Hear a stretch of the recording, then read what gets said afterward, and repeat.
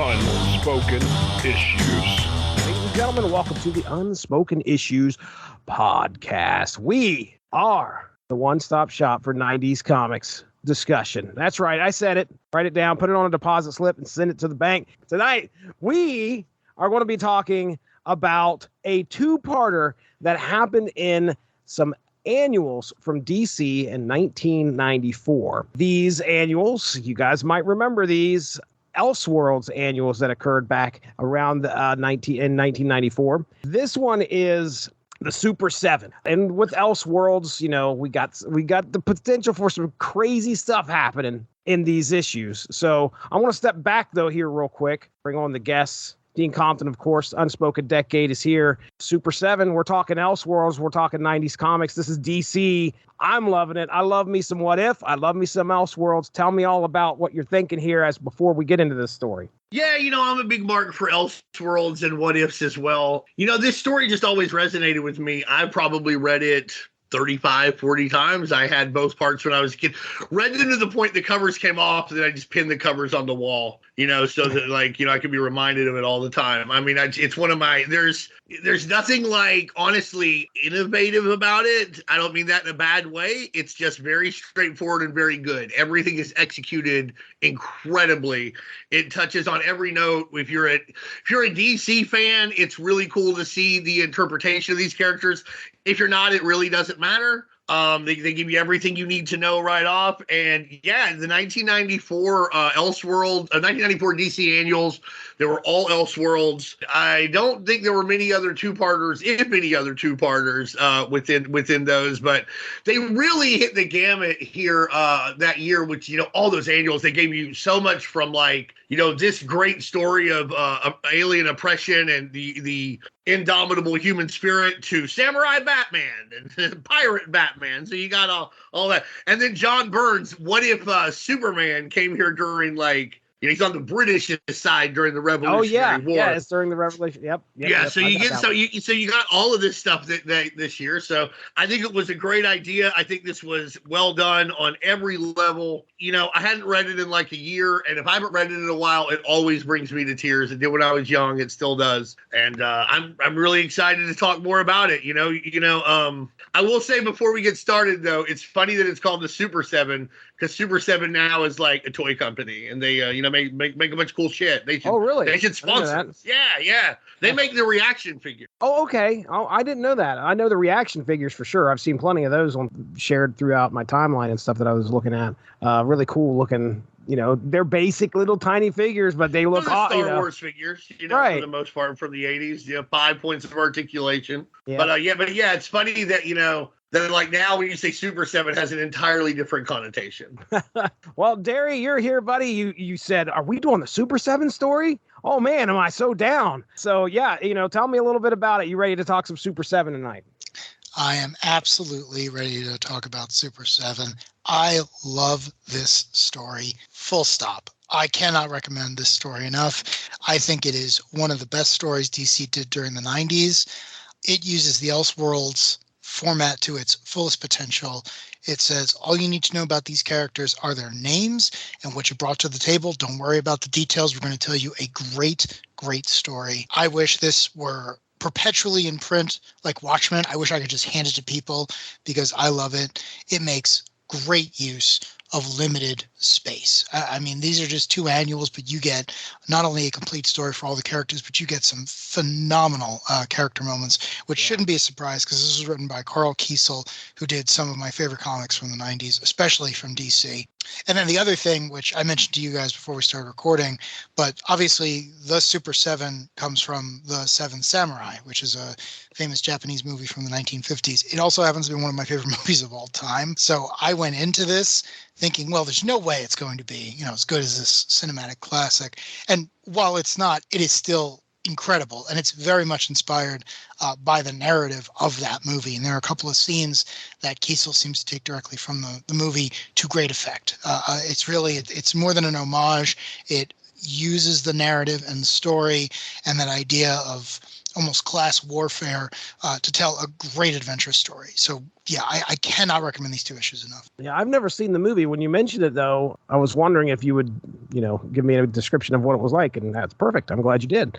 I'd never seen it either. I had no idea this was based on anything. I just thought it was a way for Kiesel to showcase Superboy, which I believe he co-created Superboy and wrote Superboy Forever, and then later Superboy and the Ravers. So I just thought this was a way for him to, showcase that character, which he does a great job of, and I don't mean that in a bad way, but but that's what I thought it was. Hey, here's a great story, great way to get him over, great in an avenue where like things can happen that can't happen in a straight DCU comic. Again, I'm really happy that you guys enjoyed this and hadn't seen the movie, because that means that I'm not a crazy person. Well, I may be a crazy person, but not for this in particular. Yeah, I was going to say you are, but this isn't why. One of the reasons that the movie is still so well regarded so many years later is because people have seen it and they've taken things from it, and a lot of times they've taken the wrong things from it, but it still ends up working. What I mean by that is, the movie focuses on 7 down on their luck, basically warriors, and they have to come together for one great battle. But the whole point of the movie is showing you why these people are willing to come together, how proud they are, how much had to go wrong for them to be in that in the first place, and how much of their situation is derived both from the people who've asked for protection and for the people who are attacking them. It's very much a social commentary. That's why I think it was so successful in Japan. And then when it got out of Japan, it was like, hey, do you guys want to see samurai kill bandits in the rain with swords for 3 hours? You do? Well, then please show up and watch this black and white movie. And then, of course, there were a lot of remakes and, any story, really, including the Justice League that has 7 characters in it, probably features some version of someone going and assembling the band for the first time, getting all the characters together, seeing how the relationships interplay, and seeing how everything balances out. So again, it's foundational. And the way I discovered it is it was written and directed and basically made by Akira Kurosawa, who also made The Hidden Fortress, who made a bunch of other movies, all of which went into inspiring Star Wars. So I am not a cinemaphile. I'm a big Star Wars fan. And then I found this stuff and I love it. So if you liked any of this stuff, if you've ever liked Star Wars and you've never heard of Akira Kurosawa, go watch this movie. It's 3 hours well spent. If you've tuned into this program and do not know what an Elseworlds comic is, Elseworlds. In Elseworlds, heroes are taken from their usual settings and put into strange times and places. Some that have existed or might have existed, and others that can't, couldn't, or shouldn't exist. This is one of them.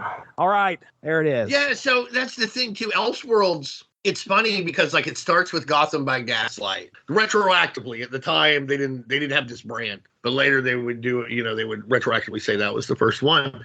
It was really hot. There's a lot of stuff. Batman, Red Rain, the computer generated Digital Justice, Robin 3000, they a lot of the first few were Batman, were just straight up Batman. When they did the whole annuals thing, people thought that they were overexposing it to the point where I can't remember what issue it is. I think it's back issue, the magazine that Tomorrow's puts out, number 107 or 108. And they focused on what ifs and Earth X and Elseworlds.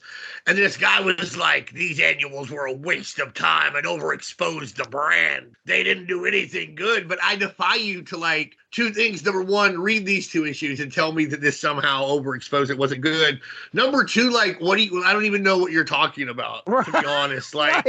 You're trying to sell comic books and this will sell comic books. He talks to it, he's like, it used to mean something. Bro, it was Batman fighting Jack the Ripper. It didn't mean, it was a good story, but it wasn't these were the pinnacles or the foundations of what DC was built on. It was goddamn, what if Bruce Wayne got the Green Lantern ring? That's it. So I don't know. It's weird how I don't feel like What If is treated that way, but it's weird. He is not the only person that I've heard this sentiment from that Elseworld shouldn't be overexposed. Really? Wow. Yeah, I don't know. I'm a Marvel guy. Maybe it's something that DC people are more concerned with. I don't know. I'd read 100 fucking Punisher titles a month as long as they were good. This isn't a concept that just went away and was overexposed and nobody liked it. This is something that people loved and are still applying today and making great stories You know, we had a What If Disney Plus series. I'd love to understand why in the world this guy thought it was overexposed for some reason at that point. I think it's important to understand two things. You know, one, Elseworlds is just a post-Christ version of what used to be called an imaginary story, right? Yeah. You know, pre-crisis. Or even just the Infinite Earths themselves. Yeah, absolutely. DC used to do this incredibly well. You know, if they had a really good story and they didn't want to bother, again, not that they had a lot of ongoing stories for the longest period of time. I mean, you know, the Trinity was able to stay in print because every month, for the most part, things got reset back to normal, which is fine. That's what the market wanted back then. But once they started really getting into it, you know, they had no problem telling imaginary stories. And those were really, really good because you could, just like in Elseworld, you could say, well, listen, this month, do whatever you want. And at the end of the story, it's going to turn out Jimmy Olsen's waking from a dream, and he might tell someone, he might not. And then the other thing is that I think for the Elseworlds, so many of them in the early 90s were so good. You know, they were really, really good. There was a high quality of stuff.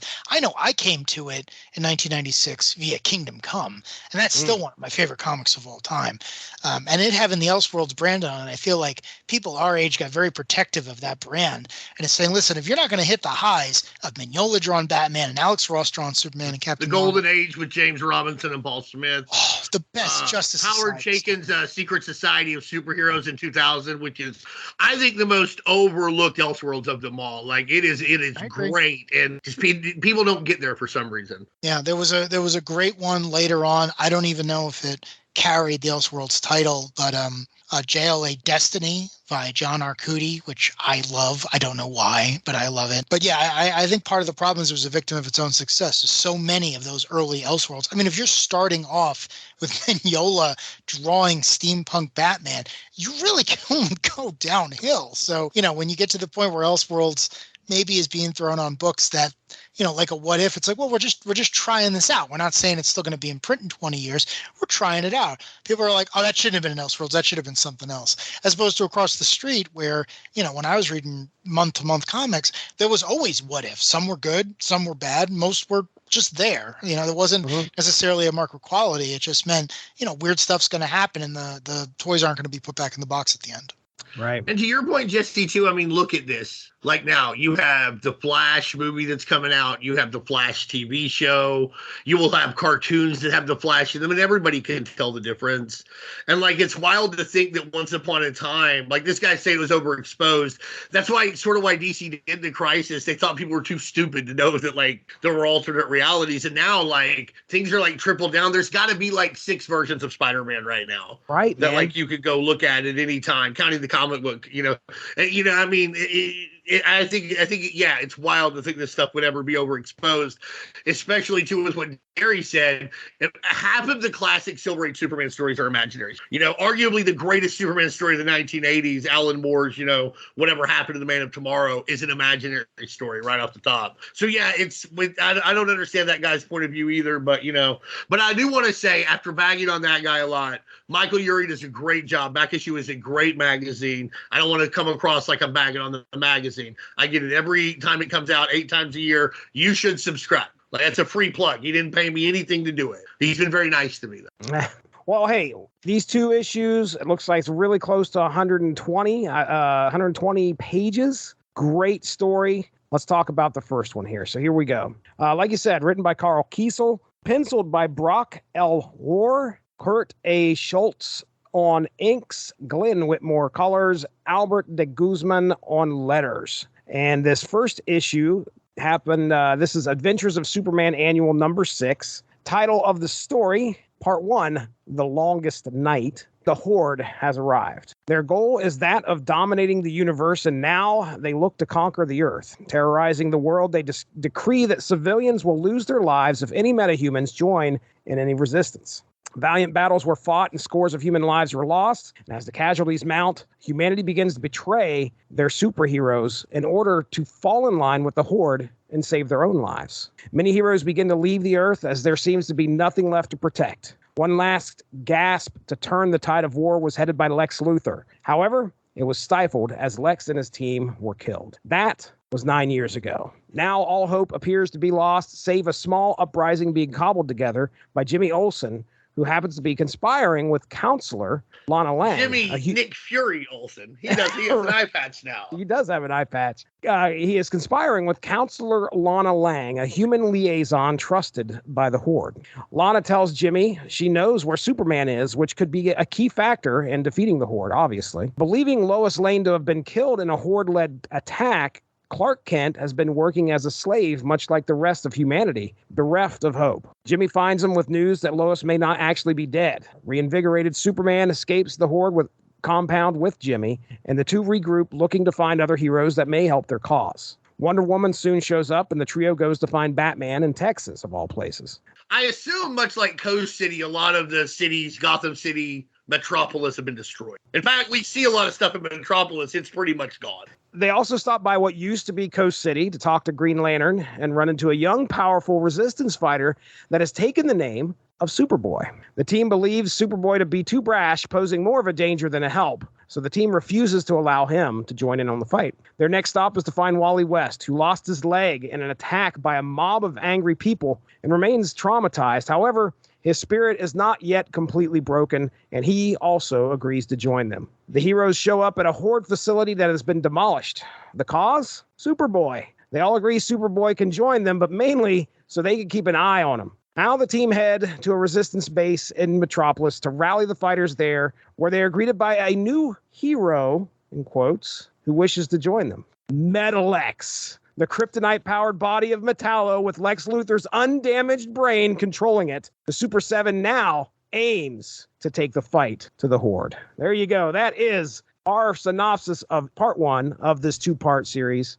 Every page is great, and the 5 or 6 people that are still working at DC should crack this one open and read it, because if Discovery's going to sell you guys off for parts, at least go out fighting. Did you guys hear those noises? Shots fired.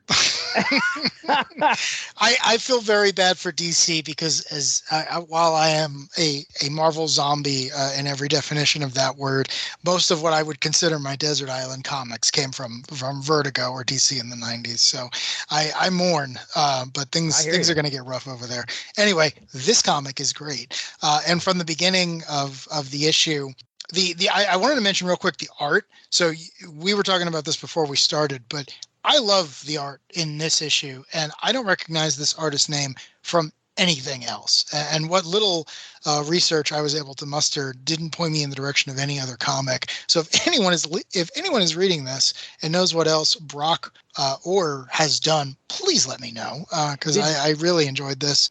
The art felt very John McCrea-ish, the artist of Hitman and a variety of other comics from this period of time, which is one of the highest compliments I can give a person. So I just kind of knocked it out of the park. The opening spread of Superman and what remains of the Justice League fighting the Horde was great. To Dean's point earlier, this is one of those things where I just would have hung up on the wall. I don't even care if I was tearing it out of a comic. This issue is great because it does the number one thing that an Elseworlds story can do. It shows you how Superman loses, right? You know Superman's going to come back eventually and do what he can to protect everyone. That is what he does. That is what defines him more than anything else.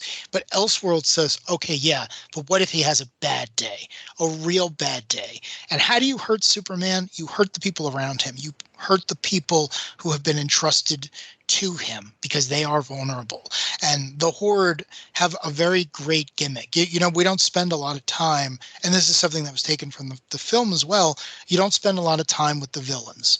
Not that they're not interesting, not that they're not dangerous, but they're not the point. They're not the antagonists here. The antagonists are the misery that's been inflicted and the conflict between the heroes and the people who are scared, but they want to protect them nonetheless. And the Horde's great gimmick is just, we outnumber you. There are 1 million alien ships to every person you have that can punch an alien ship. And if you guys don't back down, we're going to kill civilians because we don't care. We're not here for civilians. We're going to kill as many of them as it takes. One of our previous episodes was Mars Attacks, and it was a very similar gimmick where it was, well, we have a very big fleet of starships, and we're here and we want as many resources as possible, but we have to take out the superhumans first. This has a very similar premise, except they go a step further and says we're going to wipe out as many people as we can every single time we see someone with a cape or who can fly or can shoot energy beams, whatever whatever it is. And obviously, if this were an in-continuity crossover, you'd find a way around that. But here, it's a great gimmick. You have to skip ahead a couple of decades, and you get this beautiful premise of the humans are afraid of the superhumans, because every time they show up, 10,000 people die.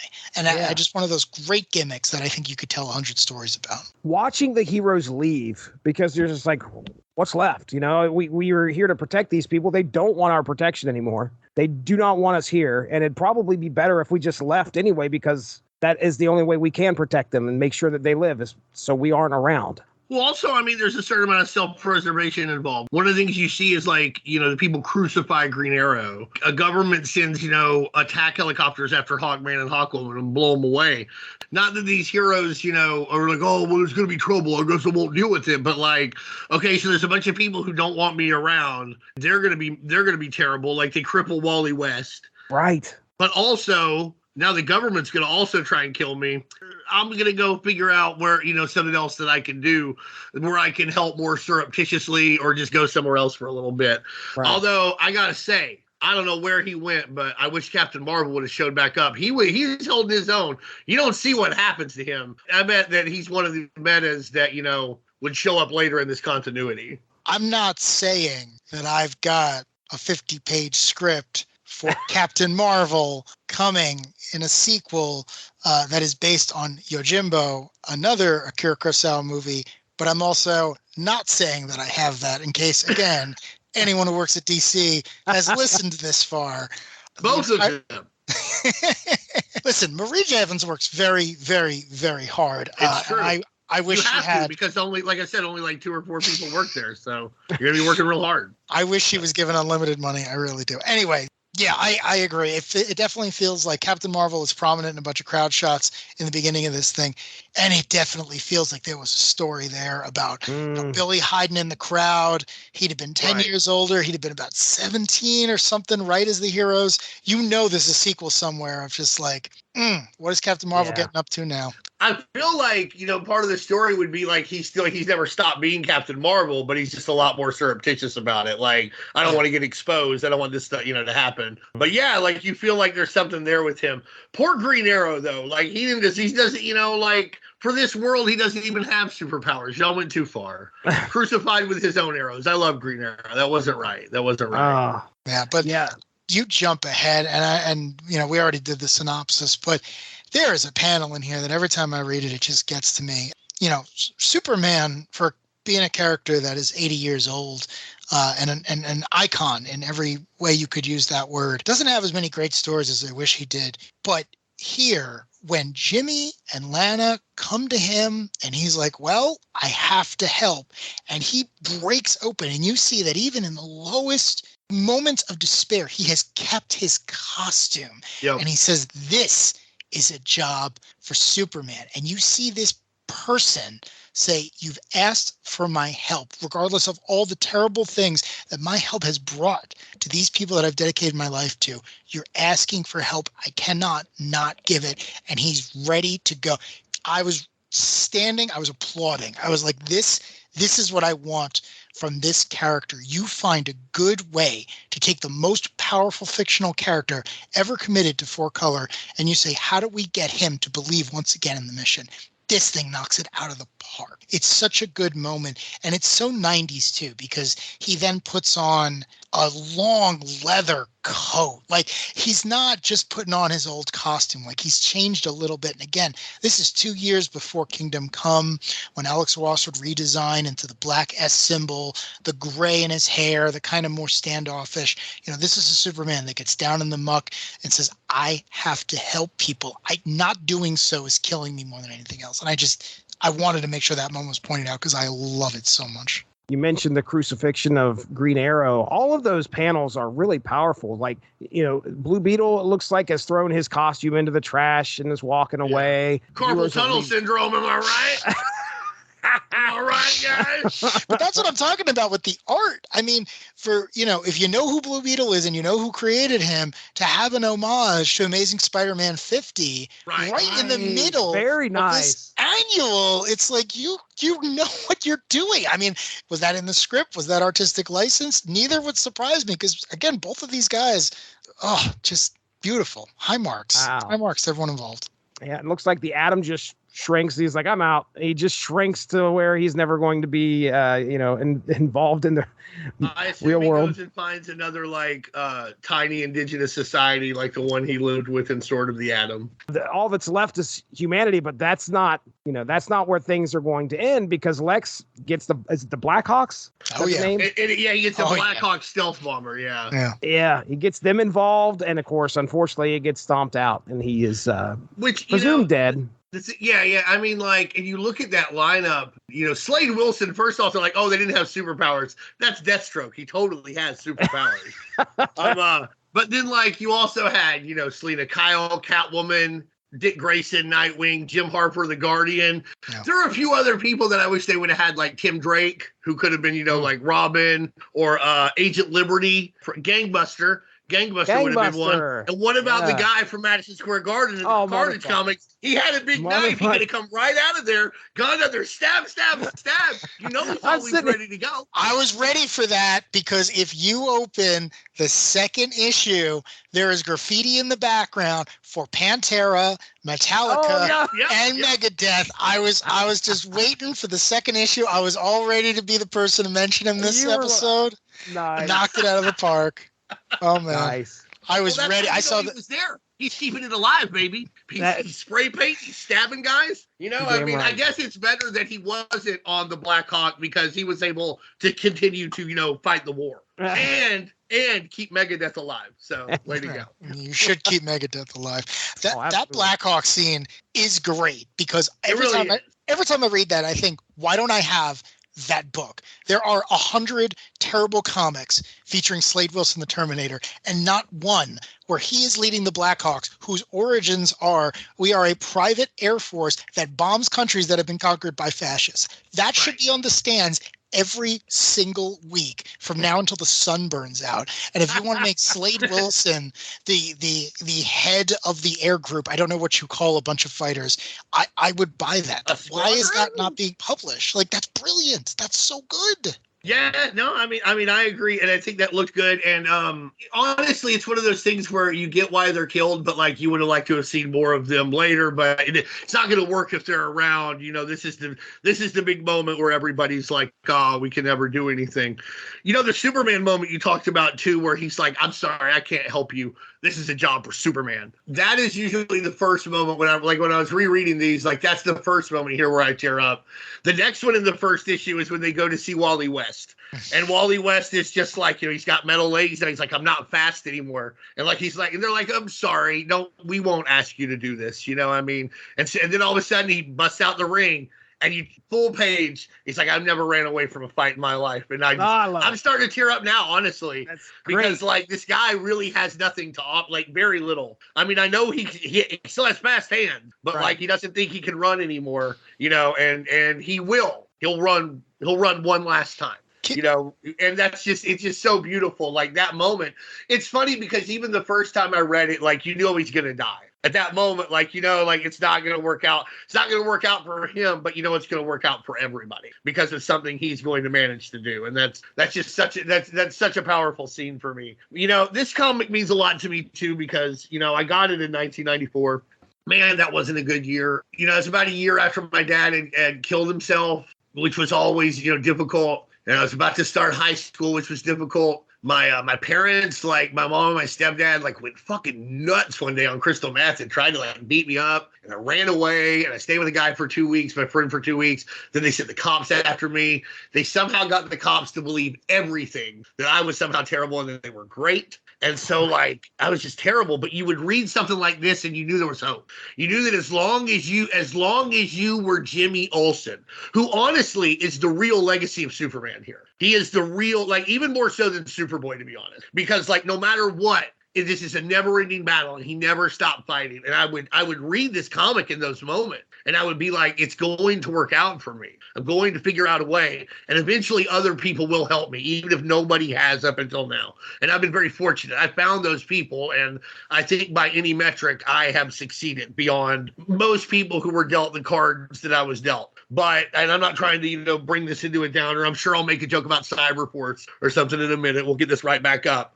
I don't think you can overestimate the power that this comic would have for somebody who is downtrodden or oppressed. You read these things and you're like, there is hope. You can make it, but you have to try. And it may cost you. But as long as the battle remains never ending, you will win. Now, my notes for this for this first issue were just the trauma of all of these characters, because that's what they're trying to come back from. They're trying to deal with this horrible event. People that they knew died. Wally West suffering from horrible injuries from the people he, was swearing to protect. Yeah. They turn on him and destroyed his legs. That's another thing to point out about trauma is like the human race is actually in these comics are actually portraying the trauma of like an abuse victim. Because what would happen, like growing up, I don't mean to make this heavy again, but you would seek, I had an older sister and a younger sister and a younger brother, and sometimes you would seek to deflect. You would be like, even people who are trying to protect you, like I might be sticking up for my brother, but that wouldn't matter in a few hours if he's in trouble again and could deflect it to me. Like you're so beaten, you just don't want anything else bad to happen to you, even ignoring that something good could happen from it. Because I think part of the trauma of the heroes is that they could have won. They could have won. If everybody would have just stuck by them, it would have happened. And sadly, it arguably cost Green Lantern the most when he lost Coast City. Right. And in this, and honestly, this Green Lantern, this Hal Jordan, a much better person than the regular DC universe, right? Coast City gets destroyed here. He's like, I'm going to take care of the bones and make sure everyone gets buried. The regular DC universe better go get massive cosmic power and kill all the other Green Lanterns. Better rewrite reality, motherfucker. So anyhow, but like I feel like it's very interesting, like you're saying, as somebody who is a victim of PTSD and trauma, you're right. Everybody here is displaying different kinds of trauma. Yeah, Batman feels betrayed. The heroes as well left. He should on some level. Right. I don't blame him. The other thing about the heroes is trauma. None of them are wrong. They may not be entirely right, but none of them are wrong. Darry, tell me what you thought of Metalex. Metalex, buddy. I've always pronounced it Metalex, but you guys are right. It's probably Metalex. I just went with Metalex as it's like Metalex. Right. No, well, that's also his name. I can't imagine that like he would want his name mispronounced. I wanted to tack onto that Green Lantern because that was something that struck me too, that Hal Jordan loses Coast City here and he loses everyone to the point where he is burying skeletons and he's doing, for lack of a better term, penance, even though he didn't necessarily do anything wrong when the heroes discover him. And it's such a great compare and contrast with Emerald Twilight, when, again, he would unfortunately have a nervous breakdown, react differently to that trauma, and murder all of his friends. But again, here it's this idea of endurance. And to Dean's point, that is incredibly important to defining these characters' arcs, because that's kind of what we know about them on page one. We know that these characters are used to winning, and they do win, and that's kind of what they've been defined by. But when they lose, and they lose so bad, they can come back from that, and that is what separates them from many of their peers, both at this company and others. And you buy it. When you see Hal on his knees, and instead of Parallax, he's become, the not the gravedigger, but the caretaker. The person who's gone out of their way to say, these are still my people, and if I failed to protect them and they turned on me, it doesn't matter. I still have to do what I can. And again, when he brings out the lantern and he gives the oath and he just, God damn it! Yeah, buddy. Great. Why is this comic from 1994 so much better at this than like DC movies? Like, why? I don't understand it. Like this. Anyway, I thought that was a great scene. And every time I got to read a Jeff Johns comic, I go back to this and I think, you know what? This was done in like 6 pages. It took you 60 issues and it wasn't as powerful. But the other thing I want to talk about before I get to Metalex, because I don't know if I'll have an opportunity to bring it up later, the scene in this issue where Superboy appears as the 7th member, or I guess in this case, the 6th member, is very, very particular. So he sets an alarm off at the Resistance compound, and the compound appears to be abandoned except for the superheroes who have gathered together. And then suddenly all the resistance people who are all human, who are all non-superhuman, they come running out and they're terrified and then they don't know what to do. And they see all these people and they think, oh man, we're going to lose. It's not up to us. And then Superboy comes in and says, I'm the one who sounded the alarm. I'm the one who made you confront this because I know what you're going through and I know what they're going through, but I want to win. And I want to make sure that everyone's up front with what they're afraid of and how bad this is really going to be. That is taken almost verbatim from Seven Samurai. The Superboy character in Seven Samurai is called Kikuchiyo, and he is portrayed by Toshiro Mifune, who is arguably the most famous Japanese movie actor. He was Yojimbo. He was in a variety of other films. If you have no idea what I'm talking about, please just Google him. You're going to have a great day. But anyway, he plays Kikuchiyo, who is the best character in the movie. And he does the same thing. And the whole gimmick in the original movie, I guess spoilers for a movie from the 50s, is that he is never clear on whether or not he actually is a samurai. He has the scrolls, he has the sword, he can fight, but the whole point of being a samurai is that it's a title. It's like being a lord or a lady, someone, the emperor's, right? Like, yeah, exactly. Someone's got to like swear fealty to like a shogun or something. It's a I know political... just enough about it to be dangerous. Listen, I'm not an expert on Japanese history. I know what I know from anime, but it's a political thing is what I'm getting at. So It's something that has to be given to you because you did something right to someone who was important, who had wealth, who had land, who had all the other things that politics is based on. And it's never made clear whether or not this guy is telling the truth. But nonetheless, he's completely dedicated to the cause. So he lives in both worlds. He is a man of two worlds, and it's the same thing here with Superboy. They never really detail in these two issues his origin as we know it in the core DC universe, Cadmus, the cloning, all that other stuff. Right. We just know that he was raised in this environment where the Horde are in control and people are afraid. But as far as anyone else is concerned, he wants to be Superman. So he is also a man of two worlds. And the fact that he is the one to do that, and the fact that Kiesel adapted that scene, I love this comic. I'm sorry. I really do. But Metal X, I thought was great because even if it is Australian, chin-strapped, clone ginger Lex Luthor of the early 90s, no one's favorite version of a great character, he is on fire here because I love the idea that an alien armada, and again it's not one race, they're called the Horde because they are multiple races, whatever they feel like drawing in the different scenes, are able to take Lex out, and Lex says, no, I had a backup plan for this. And then he dumps his mind, the greatest mind in the DC universe, other than possibly Dr. Sivana, into a robot powered by kryptonite, just so he can come back and make Superman have to fight alongside of him. It's brilliant. And it's just one of those things that I would read every week going forward because, again, it's the classic Luthor Brainiac team up. It's something you've seen before, but it's done in a completely new way, and it continues to be. I feel like you're selling Mr. Terrific short. Oh, sorry. I apologize. I love Michael Holt. I love every comic with him. Like he might be the number one. It's probably one of those three for sure. I don't know. I guess Will Magnus is probably No. Stop Will Magnus rules, man. Stop make the Metal it. Man. Stop. What's wrong with Will Magnus? You could make the Metal Man. Come on. Listen, if I could make the Metal Man, I would be busy doing other things besides this podcast. Like I would agree, though. Like selling gold. I would be like, ha, sorry, buddy. Let me point something out too that I think about every time I read this comic book. Unlike everybody else in the Super 7, Hal Jordan is part of a greater thing. What happened to the rest of Sector 2814 while he decided not to be Green Lantern? Yeah. We can assume the Green Lantern Corps is still around because Emerald Twilight doesn't happen. We can assume that, his ring still works, so the power battery on O is still going. Did they just grant him, administrative leave? What happened to the rest of Sector 2814? Is John Stewart and Guy Gardner out there taking care of it? It's just an interesting question. I'm not saying it's not a plot hole. It's just an interesting question. No, but I actually that's a very good point. I actually think I have an answer for that because if you think it through, the origin of the rivalry between Hal Jordan and Sinestro is, I think, if I'm understanding this correctly, is Hal goes to Korugar, where Sinestro is from, and he sees that it's basically a fascist I'll say utopia, but it's not really.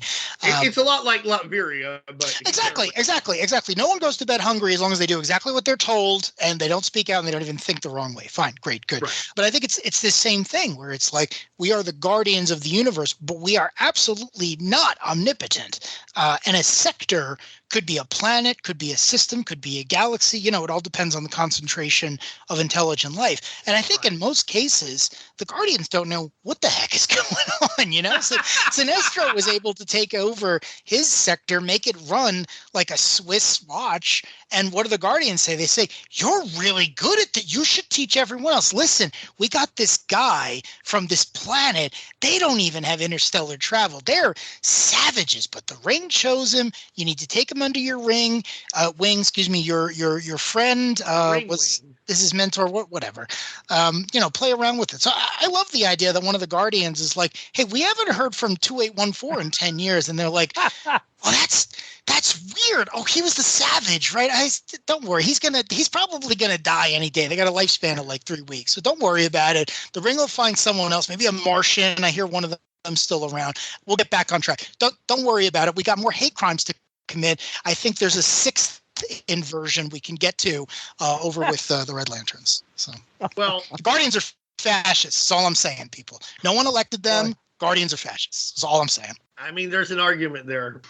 I think, though, that would track with me normally if, like, we assume everything in the DC universe went about this way until this Horde showed up. Hal Jordan was the greatest Green Lantern of them all. They would have to wonder what happened to it. They would have to be like, where's this guy who we thought was a savage, but who rose to great heights? But again, like I said, it's not necessarily a plot hole. For all we know, Jon Stewart and Guy Gardner are taking care of it. And they're like, hey, leave Hal alone for a while. He's busy. Right.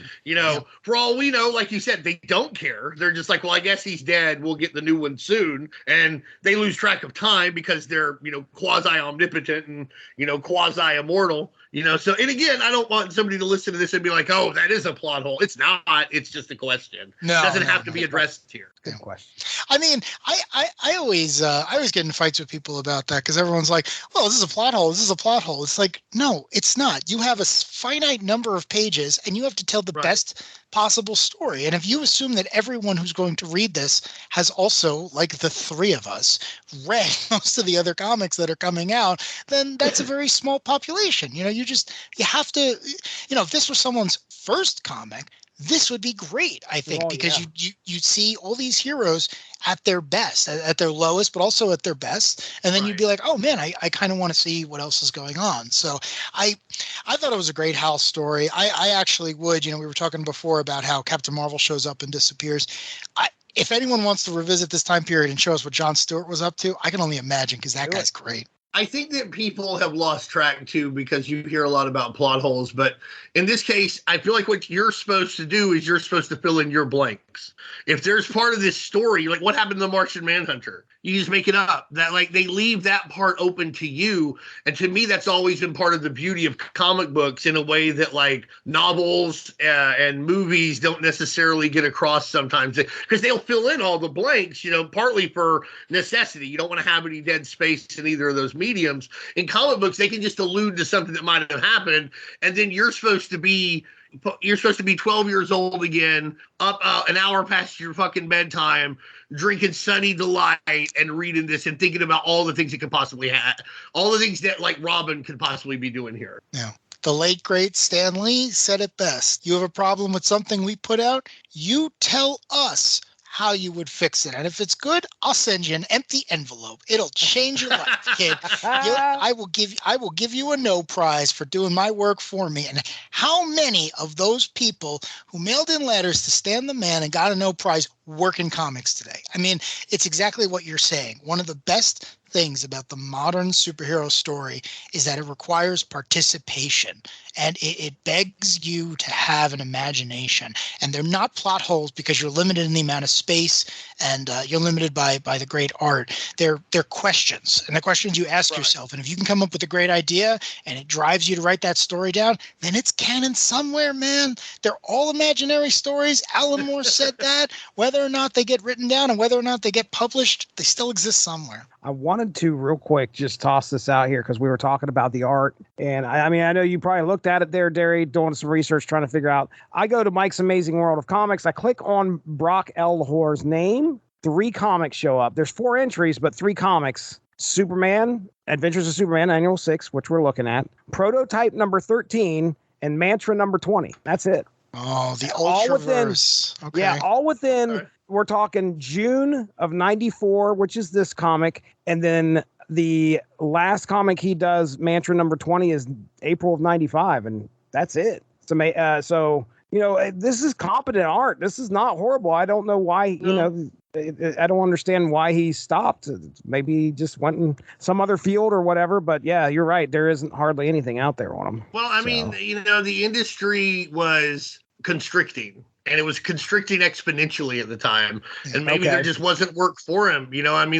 What's the work he does at DC? It's an annual. Yeah, which is generally stuff you got to get some extra people in. I don't know. Maybe he got a better deal. Maybe he was just helping out a friend. Maybe he never really did comic book, really wanted to be in comic books, because the fraternity between artists is really incredible when you start to dive into the history of comic books and, the relationships they had. Like every time I'm reading, about this stuff I'm reading about this stuff from Charlton now, and I was reading about this stuff from the 70s. Walt Simonson and Bernie Wrightson and 3 other people would get together and hammer out a comic in 2 days because Jeff Jones was behind. So for all we know, this is just a buddy. I couldn't find anything on him either. So I hope something tragic didn't happen to him. I hope that's not what's going on here. But I didn't find anything. But this was more than competent work. I think it was really good. It really fit the tone of the story. The most important when you thing. Look at those panels, man. I mean, Darry just went on about how many of those panels spoke to him. And it's me too. Yeah, right. Now there's something else to the art that makes it stick out for me. There's a design element too. This does not seem like it's someone's first comic. It may be. Again, I don't know anything about the artist, but it certainly doesn't feel that way. Not only is there a science fiction element with the Horde, and there's this dystopian, paramilitary stuff going on, but he also draws a beautiful Lana. Every one of the backgrounds is filled in. Everything is I don't want to say well lit because it's not a movie, but clearly he thought about the lighting and all these frames. The great scene we were talking about before, This Is a Job for Superman, takes place in a prison basement, and everything is in deep, dark shadows. There's none of that sunlight that fuels the Man of Tomorrow until the last panel. And it comes basically from when he's breaking the fourth wall. It's I'm not an art guy. I know what looks good to me, but I couldn't tell you why. And I certainly couldn't draw anything more complicated than a stick figure. But this is great. And this just doesn't feel like someone's first book. It might be. And if so, they may have just realized that they were too good for this field. Because to Dean's point, there's not always a monthly book with a steady income waiting for you. And even then, we've seen it with the greats. This industry isn't kind to you, even if you are really, really good at your craft. It burns people out, and it doesn't always have a reward at the end. So maybe they were just hey, that's fun. I'm going to go do something else. And, under some pseudonym, they've done great work. But yeah, I also hope it wasn't a tragedy, because I've read these books many, many times, and I would buy more work from them today. It's funny that Lana Lang, when she shows up, she's wearing the super clean, hottest designer clothing you can imagine in this war-torn, city. It's funny. It's an interesting juxtaposition. I really think that that's another testament to how good the artist here is, because it doesn't seem out of place at all somehow, but it possibly could have. It could have not been pulled off as well as it was, but you just sort of accept it. Here's the hot counselor. Yeah, perks of being the counselor. I did want to mention Lana, because I love her use here. She's one of those characters that was created for a specific purpose, which was, hey, we want to do a Superboy story. It's a prequel, so he can't have met Lois. What do you got? Well, we're going to create Lana Lang. But she comes back in the present, and, she doesn't have a lot to do unless she's fighting for Superman's affections, which are fine.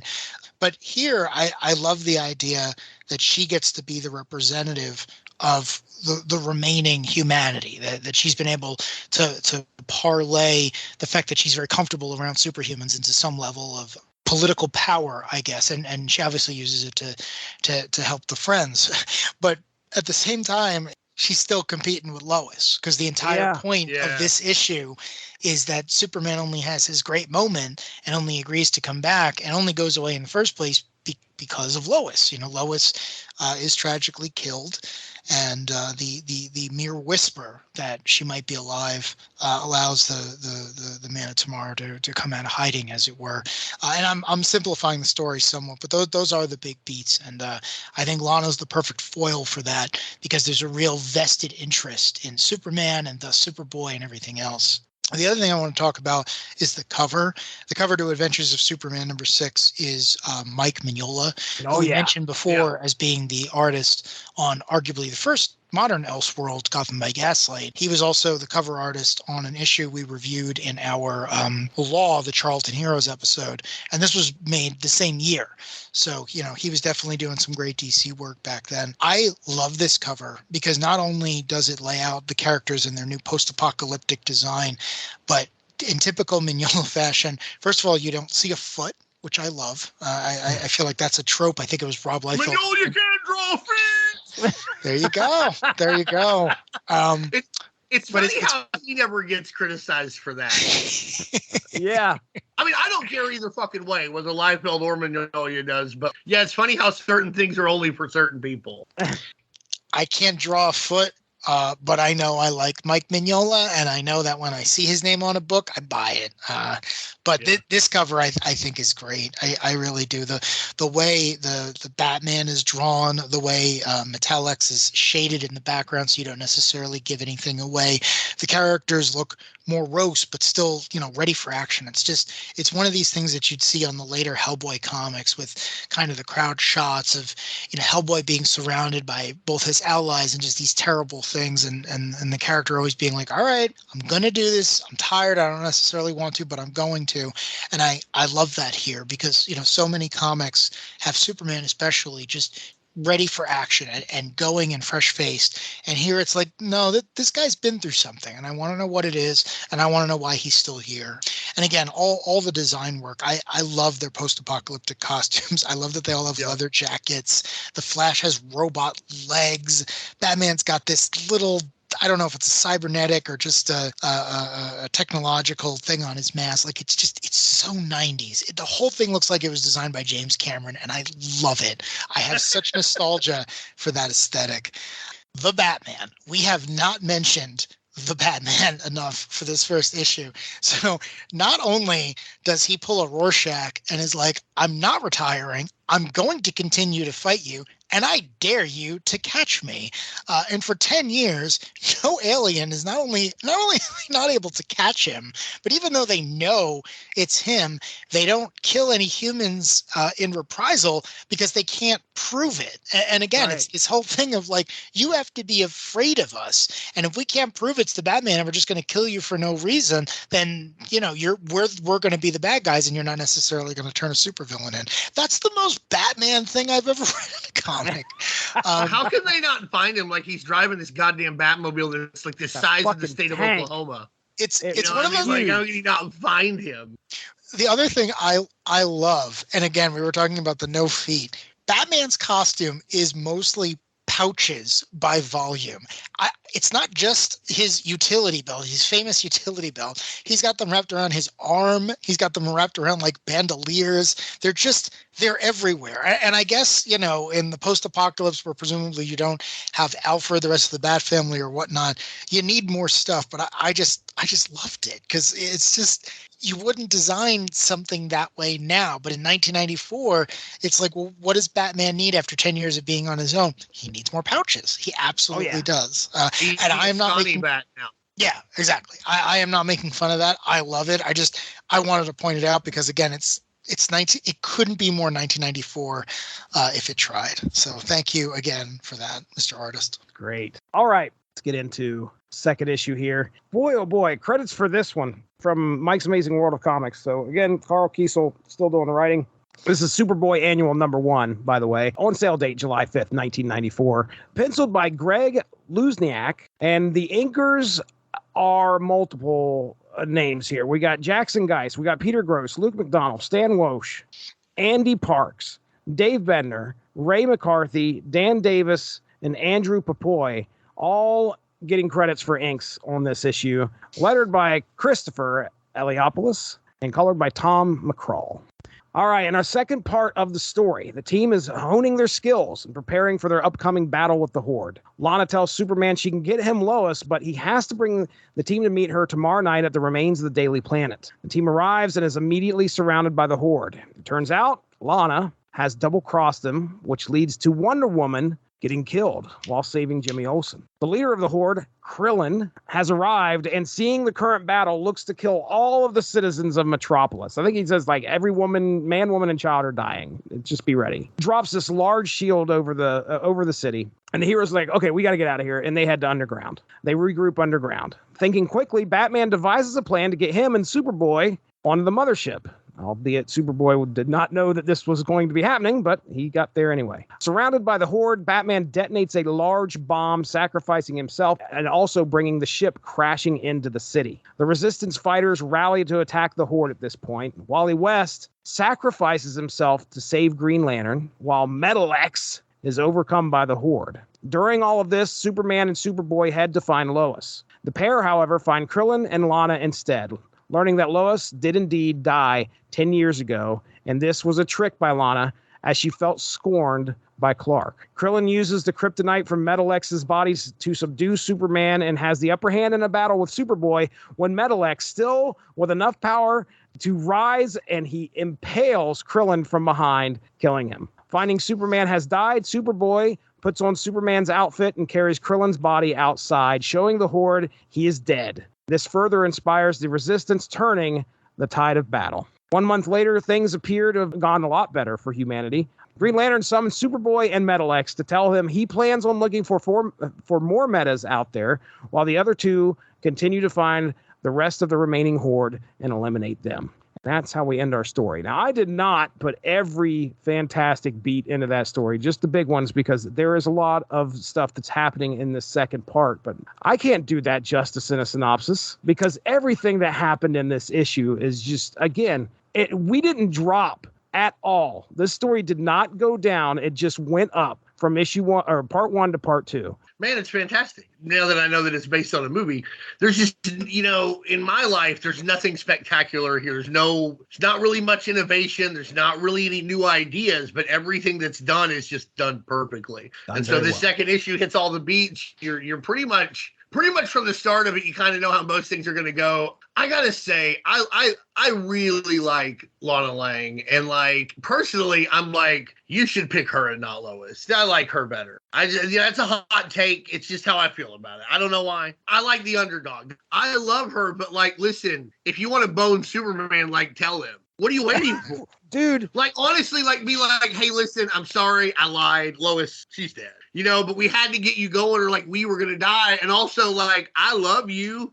I want to, be Mrs. Superman. We can do this together, blah, blah, blah. Listen, I don't know what would have happened. Although, honestly, I think you probably would have gone for on it. You know what I mean? But I don't know. I can't say for sure. I didn't say, but I can see there are lots of Elseworlds imaginary stories where he winds up with Lana, a few not dissimilarly, where Lana pulled some, duplicity, not became a counselor and a quisling for an alien horde, but certainly some duplicity to get him. So I think it's the only thing that really doesn't work. It's hard for me to see Lana Lang doing that. But obviously it's Elseworlds, so things happen. But if you go to another imaginary story, whatever happened to the Man of Tomorrow, she becomes, she gets superpowers for a little bit because she's going to help Superman.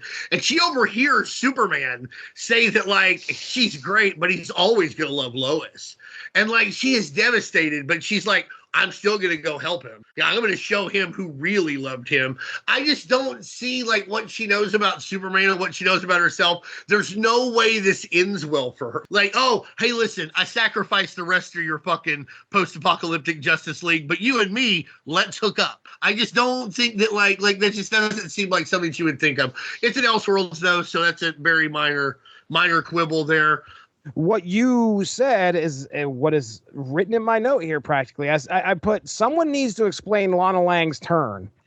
Like it's been a ruse since the beginning to flush them all out. It seems like that's what it was, the intention. But because Clark wasn't interested in her, like she could have flip-flopped at any point. Like if he would have just been like, hey, I'm kind of, I'm interested. She would have been like, okay, I'm going to help you guys beat the Horde. But he's trying to rescue Lois Lane because he wants to try and rescue somebody that he loved, that he thought was dead, from the clutches of the Horde. And she's upset because Clark wasn't like, screw Lois, give me some sugar. The way I looked at it, you're right, this isn't spelled out in the text, but the way I looked at it is Lana is doing pretty well for herself. And I don't know how you go from where she was in the story before the Horde invades to being, the designated human representative to said Horde. Like, there is a lot that must have happened in that decade. And I imagine most of it was terrible.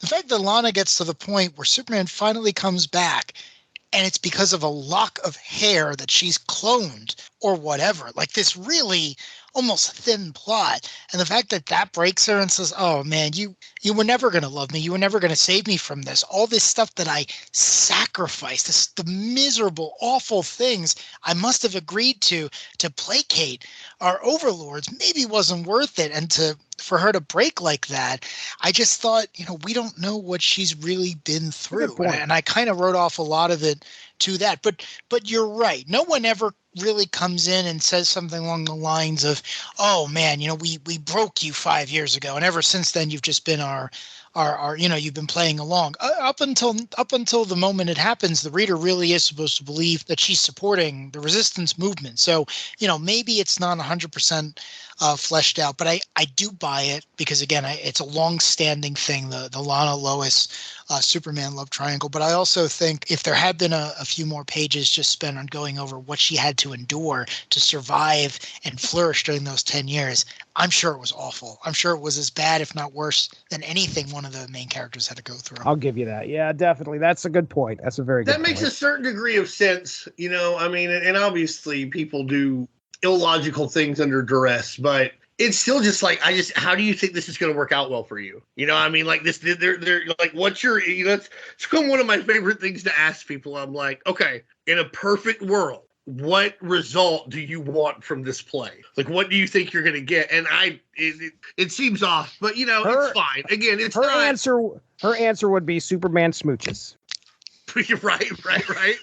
Superman just gives me a big wet one and then punches the aliens and the Andromeda Galaxy. We haven't spent enough time talking about Wonder Woman, really, and she is like magnificent. She comes in with like all these weapons, like she's got a big lance and her lasso and a shield. It's really cool when she shows up, and it's sad that she dies, but like one of the things that I really like about when she dies is like, she says she showed up because a Greek oracle told her what was going to happen, and like, but it was still her choice. Like, so she knew that she was going to die to save humanity. And like, she's telling like, oh, you shouldn't have come. She's like, no, I knew this was going to happen. That's fine. It's the only way you'd find Superboy and Green Lantern. Like, if I wasn't, and if you don't have them, it all doesn't work out. It really shows the testament to how much a character that should absolutely detest the world outside of Paradise Island, how much she still loves it and what she's willing to do, not just for the world, but for like her friends. You can tell.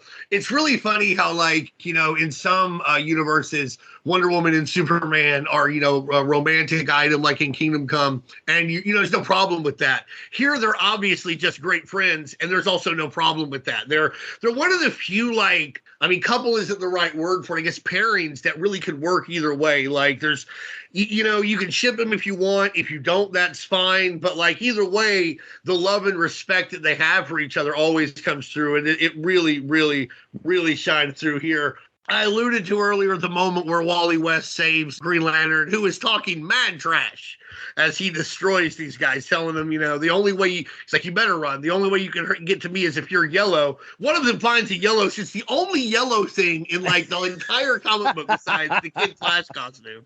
And Kid Flash saves him. It's like I tear up thinking about it. He's like, he ran one last time. That was it. That's what he had in him. Oh man, and that's what it took to save the day. And Green Lantern, without him, they don't win the day. Like, he is the last hero that is actually standing on the front lines. What works so well in this comic at a few different spots is the build up to whether this person is going to be able to overcome the thing that has kept them down for so long. And you don't know if it's going to happen. That's what makes it good, because as you're looking through the panels, the whole setup is like Wally West is, he's been so traumatized. He's scared to death, of going back out into battle and failing somebody because he can't run as fast as he can. You see the spear. I'm looking at the panels right now. His face is just horrified as he sees this spear coming right to the back. You see it in slow motion. Everything happens so much. He can't run, but he hasn't lost his super speed, which would include his super awareness.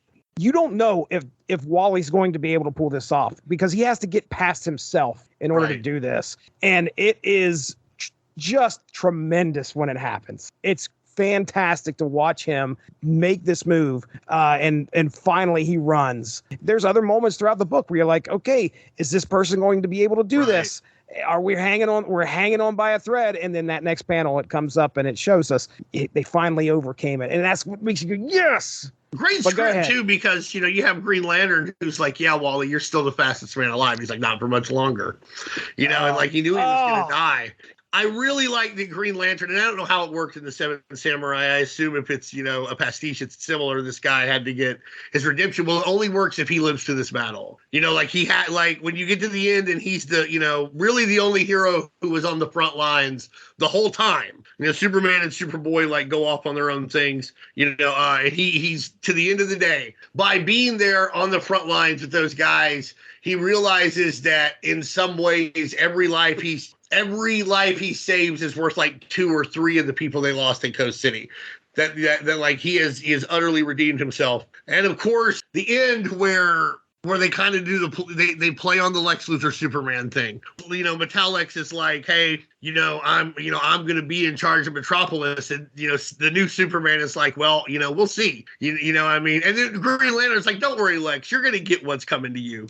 Like they all kind of know at some point that the Metropolis free zone won't be big enough for the two of these folks. But for now, there's nothing to be in charge of. For now, there's only rebuilding to do. So you have to rebuild, and then later on, we'll see who winds up the sheriff of Metropolis in the future. But everything in this in the second part from start to finish is, with the exception of, Lana Lang, who, like I said, that's probably personal for me. I can't be objective about her. It's pretty much perfect. It hits every beat. Every page makes you just want to turn it and go to the next one. Like, it's hard to recommend a comic so highly that, again, doesn't particularly shift any paradigms or do anything new. It's just straightforward. It's a lot like Mariano Rivera. Like, all he threw was the cutter. Everybody knew he was going to throw the cutter. That's all he did. He did that to the Hall of Fame. He didn't have to throw anything else. He didn't have to do anything else. The greatest closer in baseball history. He didn't invent anything. He didn't do anything, that nobody wasn't expecting. This, almost everything as you get about 2/3 of the way through this, you know exactly what's going to happen. And then when it happens, you're just excited to see it. And in many ways, I think that might be the best compliment you can give a story like this. I'll agree. Especially in an Elseworlds setting. Like, think about it like where it's like fucking Batman, but he's Frankenstein. It's only going to go one way. You know what I mean? Like, so like here, this is only going to go one way, and it's just great to see it when it gets there. Yeah. I'll go ahead and throw my notes out here. So I really only have a couple other ones, some things that happened in the second issue. Superboy really has something for Wonder Woman. All throughout the whole both issues, keeps calling her wonderful. And then they're training, and like he lays one on her. He gives her a big old kiss, and boy, does she smack the shit out of him. Which is deservedly so. Yeah. Yes. Yeah. Bit too brash, but brutal enough too. Where I don't know if it happens here in the previous issue. I think it's in this issue where he like takes apart that one horde, and inside is like this grub looking guy. Yeah, that's great. And he just like, he's looking at him. He's like, some people may not think about killing you twice or whatever he says. But anyway, regardless, he squishes that thing, which is great. Yeah, it's funny because, like, obviously for anybody, Wonder Woman would have to be the most attractive lady you've probably ever seen in your life. Now think about this guy who lives in like, what appears to be, Mad Max Fury Road, but with aliens. She's literally a goddess. So of course, how could he not be smitten? How can he not think he has a chance? He's had superpowers in this world. He's been doing his thing for a bit. The part where Batman takes Superboy up onto the ship. Now, does he have the Azrael gauntlets on? Are you seeing? That's what I thought. So. I did believe those were the Azrael gauntlets. Okay, which was pretty cool. That was a nice little nod. I got a couple questions here. I'll ask you guys. The art style of the two books clearly different. We got two different artists. Personally, we're not saying which one's better, but I want to ask you guys, which one do you prefer? I will say that I prefer our second part here. I liked Greg Luzniak's take on these characters. It definitely felt more 90s to me. It's probably because this art style evokes a lot of action. There might even be a little bit of excessive saliva syndrome going in through some of this. It's like this art gives you rabies. Some of the characters are drawn like that, but if you pay attention to the facial expressions for most of these characters throughout this book, I think the way that this artist does faces, it's great. Anyway, I'm leaning for Superboy Annual #1. Greg Luzniak's take on this story for which one I prefer. Darry, what do you have a preference? Yeah, I gotta go with Brock. I really do. That first issue to me, like I said, I don't consider myself all that knowledgeable on art, but I really enjoyed that one. I did not think the second one was bad by any stretch of the imagination. And to your point, it does feel more 90s. It feels more like what I would expect from comics of the time. And that's not a knock. That stuff made me fall in love with this medium in the first place. But yeah, I got to go with the first one. I've definitely read it a few more times between the interior art, the Mignola cover, and everything else. I've definitely read that one a few more times. But yeah, I don't have anything bad to say about the Luzniak art. I just prefer the first one. Okay. What about you, Dean? For me, I'm going to say I prefer the first one, but I find like the interiors to be fairly equal. But like the cover of the first one is the reason I bought it. I didn't steal it. I bought it. He bought this one, folks. I know. I bought them both. Wow. No. Wow. No, I didn't I wasn't a vagrant this time, just vagabonding my way through the comic book store through Walmart. But I bought the first one because I thought the cover was so cool. I had to make a choice about which of these Elseworlds annuals I was going to get, and that was the choice that I made, and it was the right choice because I think another one was the one where like Superman is Tarzan. That one's not great. It's not terrible, but like this was certainly the one to get. If I had narrowed it down to those two. Okay, let's see your favorite moments. I don't want to take somebody, but I want to do it, probably. My favorite moment of this second book absolutely has to be Wally West Flash saving Green Lantern. Am I taking yours, Dean, or do you have a different one? No, I mean, it's, I was eating a bag of Tostitos earlier, and they were all fucking delicious. It's like you're trying to ask me which of those Tostitos was my favorite. I ate a third of this goddamn bag, like, Calorie City. One of my favorite Facebook statuses that you put was, "I've ate too many Fritos, y'all." I have done that was all it said. And I was like, that is just the greatest status I've ever read. I'm truly the American poet of our time. And anybody who thinks otherwise just needs to listen to this or read my Facebook. There's a lot of great stuff. Like, hey, here's an article about how we're all going to die in 22 years from global warming. Also, how about this picture of Peacemaker? But I think it's really hard to pick a favorite moment, but you know what? I'm going to go with the one that I really think, and this sounds very like lordy and like patronizing, but the one you should pick is the last page. The one you should pick is where, hey, things are going back the other way. Here's Superman. We're back. It's, they won the day, and there's going to be a new Superman and a new legacy and a new era. And I think that like all of the tragic moments are great and they're very cathartic. I think it's important for me personally to remember that, like, in this case, the journey is something to be remembered, but not necessarily celebrated. To me, I personally want to celebrate the end, the overcoming. And that may be because of my personal turmoils that I've discussed here, what have you. But for me, that's the moment. And I close the book. And, like I said, if I haven't read it in a month, that's the last time I'll tear up. My favorite moment in the issue is a little bit before the end. It's the scene where it says, your leader is dead, which is... yeah, that's a great one. Kind of the same sentiment as my favorite. The reason I like this scene so much is when you look on the page, you see a man in a Superman costume and you're meant to believe it's Superman. It's not. It's Superboy. And they've all realized in the final moment that it's not enough to just defeat the leader and overthrow these people. They have to reinstill faith in the populace, or else this cycle's going to continue. And you're not going to get a return to what you have at the end. You're not going to get Superman in a costume being just something that happens that we're all used to. You have to get back to that.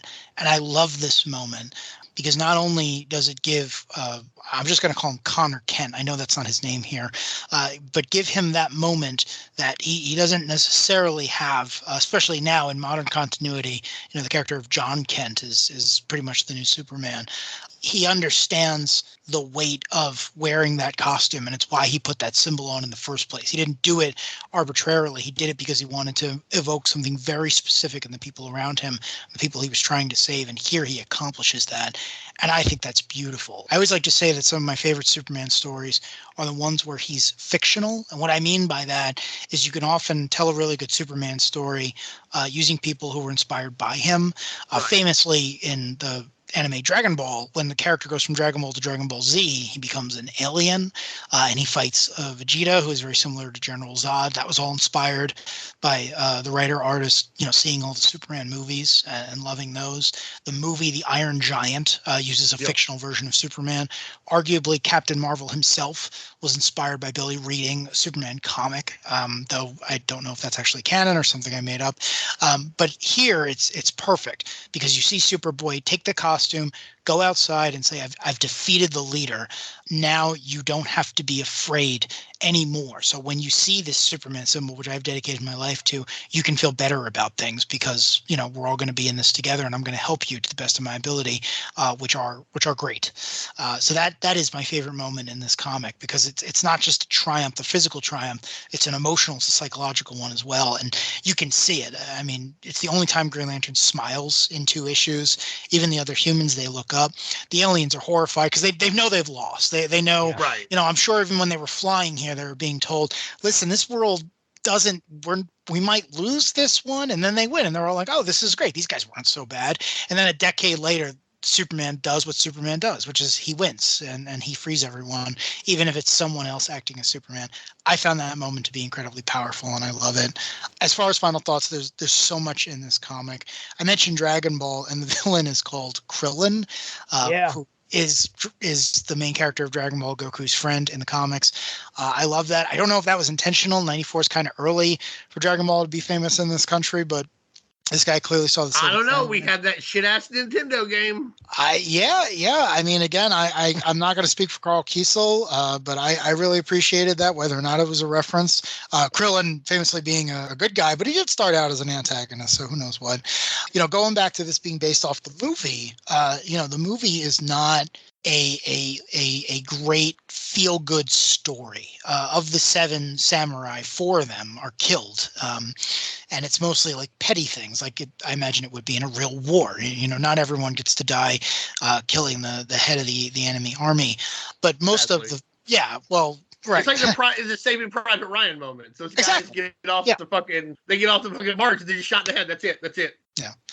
The movie, the whole point of the movie is, thematically speaking, it's like, well, why are the bandits, which are what the Horde is called in the movie, why are they attacking? Well, because they're desperate. They need to eat, and these villagers have crops. They don't have anything else. They can't hire anyone other than 7 people who are down on their luck and who will eat for just a good night meal and a place to sleep.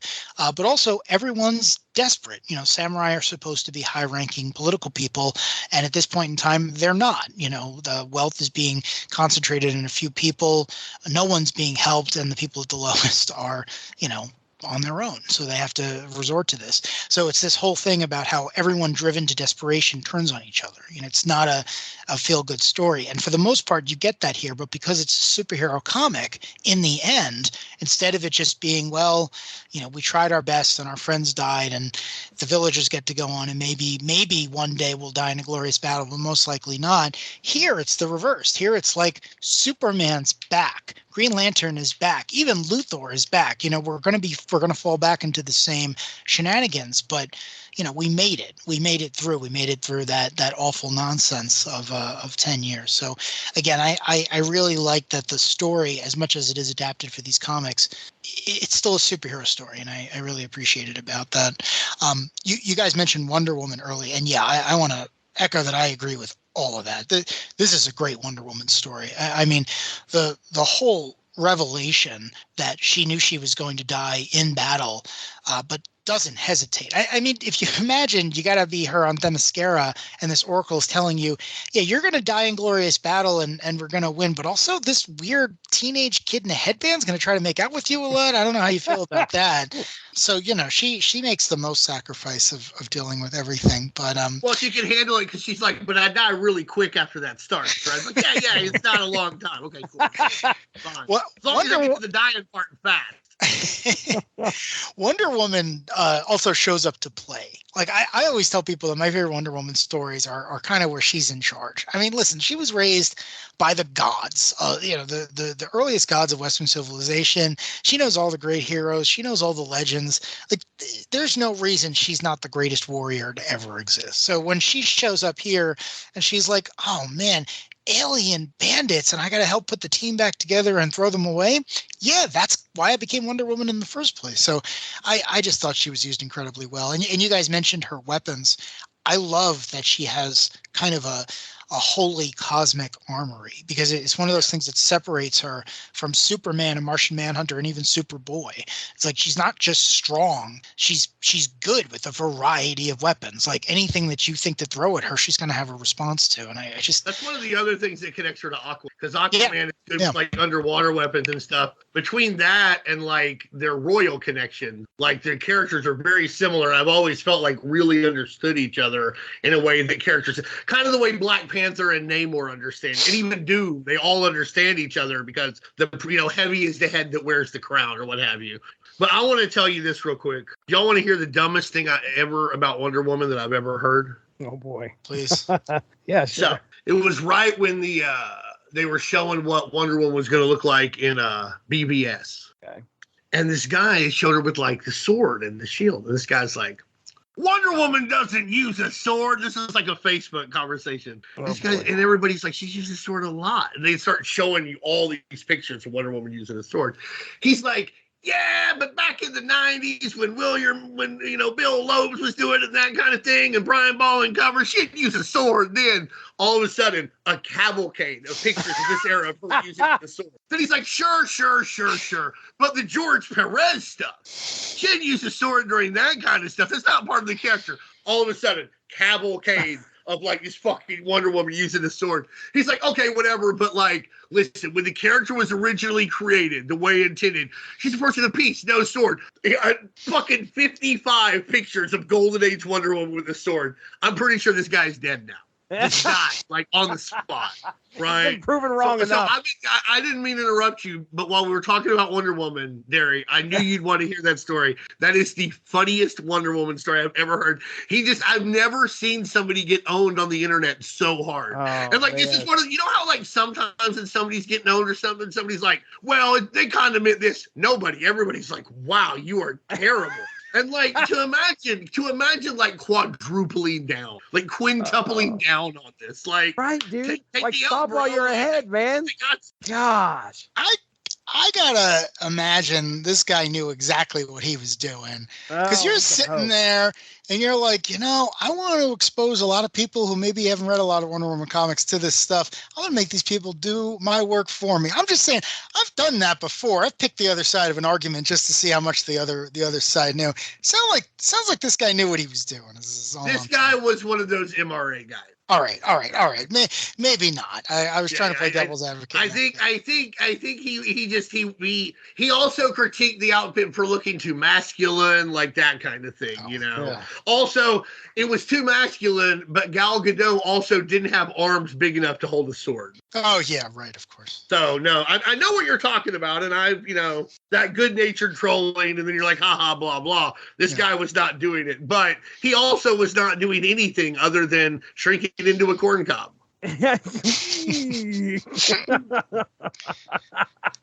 Oh, that's great. The only other thing I wanted to mention is I said before when asked that I preferred the art in the first one over the second one. Again, not a knock to the art in the second one, and particularly I wanted to point out that this has one of my favorite. I don't know if it's a trope, but certainly something you saw more often back then. This has a double page vertical spread, which I love. Yeah. When Superboy is fighting Wonder Woman in this kind of like training montage, at first I wasn't sure what was going on, and then I had to rejigger the screen a little bit, and it's one of those where you have to turn the comic so that it's a double page spread, but it's basically one large double-sized panel, and I appreciate the heck out of those.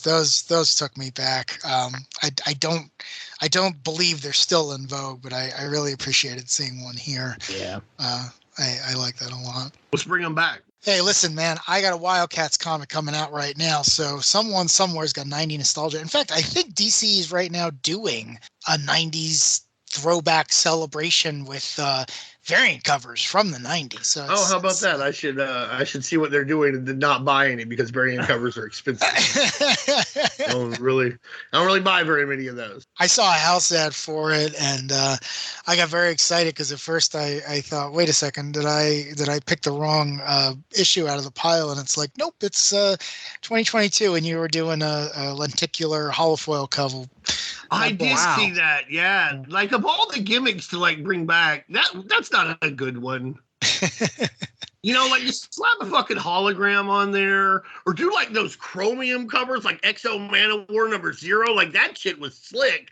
But like that Robin, what was it, the third Robin miniseries where you pulled like Cry of the Huntress, and you pulled the lenticular up and down. It was just I don't know if it's actually lenticular, but I think if we look back at previous nostalgia waves, I don't think it's the it's the best stuff that gets brought back later on. Oh, holy shit!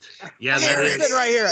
I hasn't moved since I brought it out last time. Did you guys plan that? That's insane. No. You guys, you've mentioned this series before. I've had it sitting right here, and I grabbed it last time. But yeah, you bring it up. You bring it up. There it is. I haven't read it yet. Chuck Dixon, right? Yeah, yep, yeah. Chuck I mean, Dixon. he's really good at writing Batman characters in the Punisher. So, go ahead, Darry. Did you have something else? No. I think I babbled on quite enough, but on the off chance that Carl Kiesel actually listens to this, I just want to say thank you because I love these comics and I love that movie, and these are a delight. And if there's ever a one-shot that comes out that has them both, maybe a little update on the coloring, I'm going to be buying a lot and handing them out to people because everyone should read this. Well said. Greg Luzniak, by the way, speaking of excessive saliva syndrome, back in December of '95, the man penciled Rune versus Venom. What do you think of that? How about that? How that about was a $3.95 comic book. Can you imagine? Highway fucking robbery. $3.95 for that. Ooh. That would be, this was like what, like $8 now? Probably. Can you imagine paying $8 for Rune versus Venom with what was in it? Man, they got us. They got us. I'm sure it's fine. So, Dean, you said it yourself. This was a good comic. I mean, any last thoughts here before we move into plugs?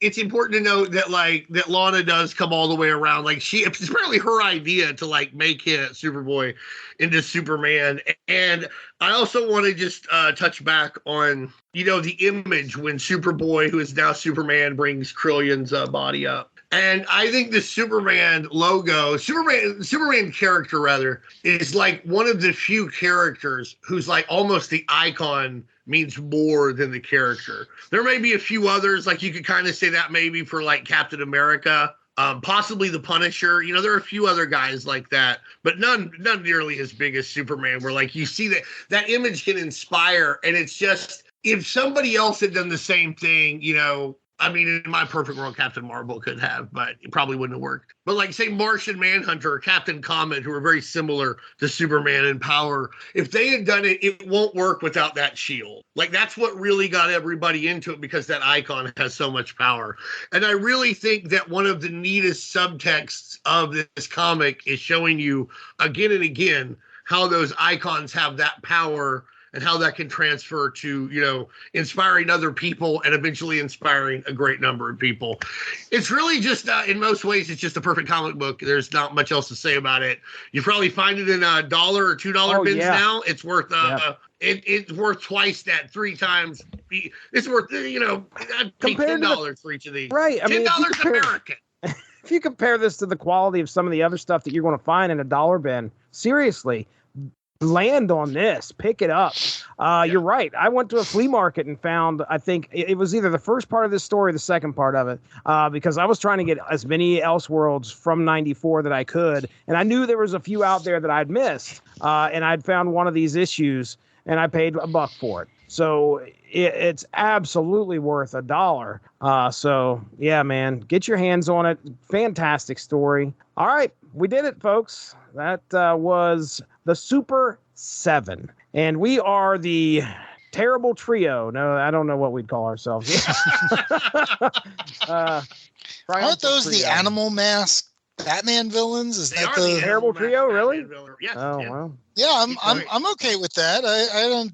Dean can assign us, funny animal names. I'm okay with that. I'm gonna have to go and look these things up and see what that is all about. You're definitely the wombat. I am fine with that. I have been called worse.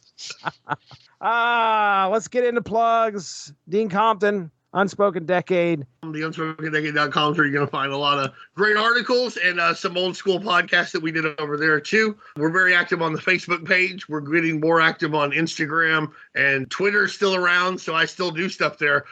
I'm like 2/3 of the way done, maybe 3/4 of the way done with the 91 Marvel cards, and then I'll move into the 92. So watch out, because like, listen, if you're a lazy old fuck like me, that's probably going to be very exciting. Get ready for Ghost Rider pictures. Turn them notifications on, folks. Right. Dude, hey, smash that bell, hit that like.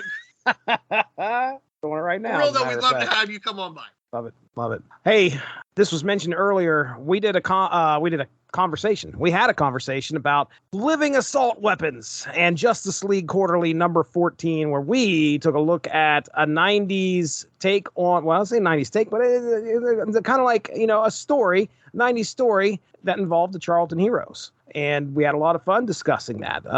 Blue Beetle, Judo Master, The Question. Tune in, folks. That's going to be airing on, or has aired when this airs, but that's going to be in the archives 12th of December, from what I can see, is when that's going to be airing.